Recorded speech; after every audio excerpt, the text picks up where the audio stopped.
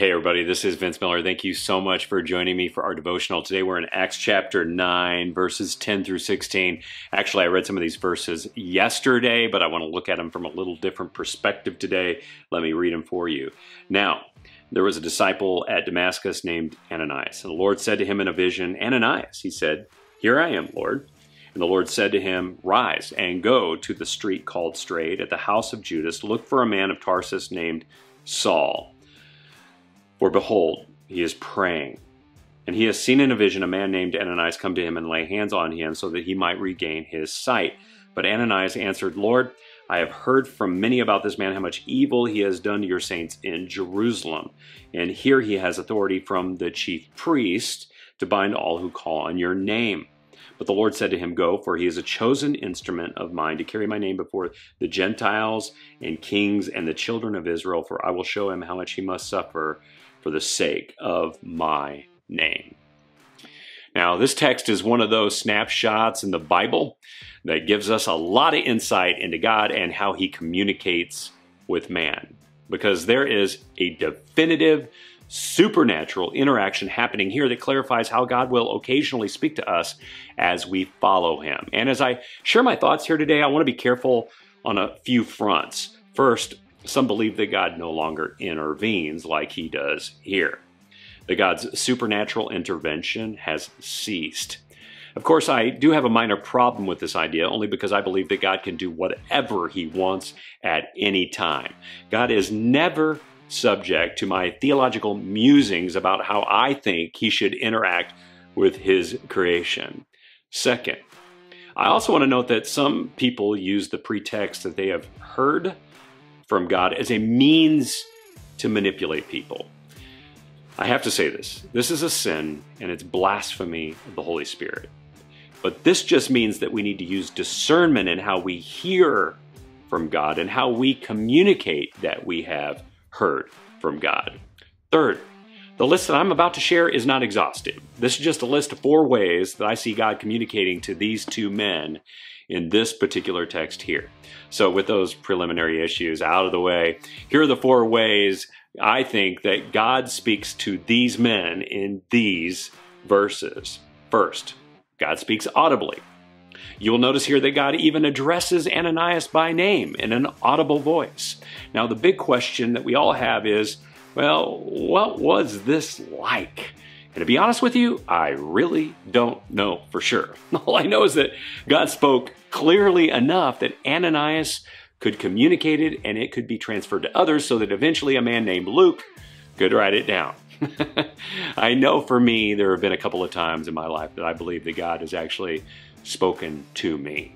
And it was so clearly communicated by and through the experience that it seemed to me to be an audible voice. I would not say that I heard God's voice directly, audibly, like maybe Ananias is hearing it here, but the happening and the events that surrounded that moment for me were too unique and divine to simply be just coincidental. Second, God speaks through vision confirmation. Vision confirmation. You will note here that God was really speaking to both men kind of at the same time. To one, he gave a vision. To the other, he told him about the vision that he gave to another man.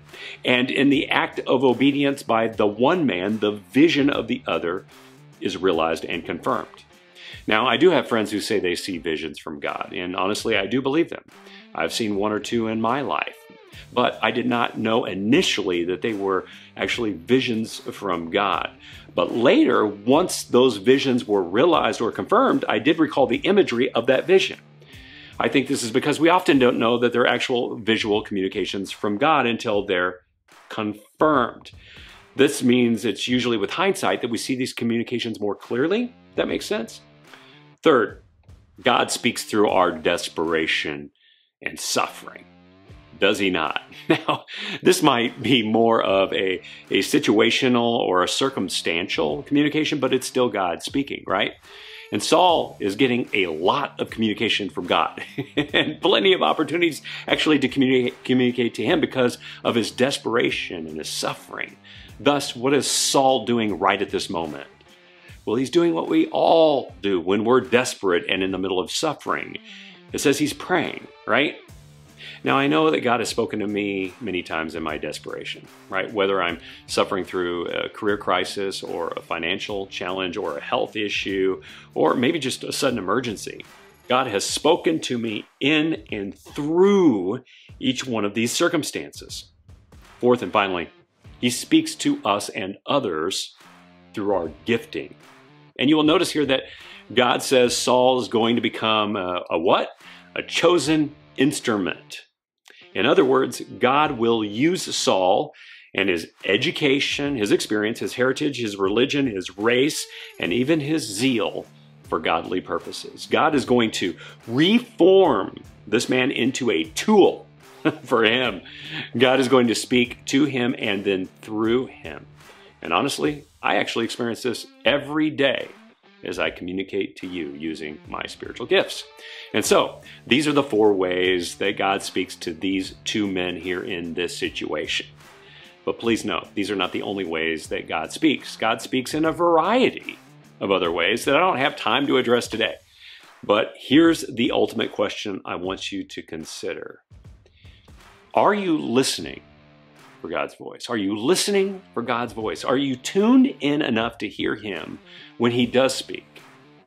What we have here in this text are 2 men who are very willing to listen.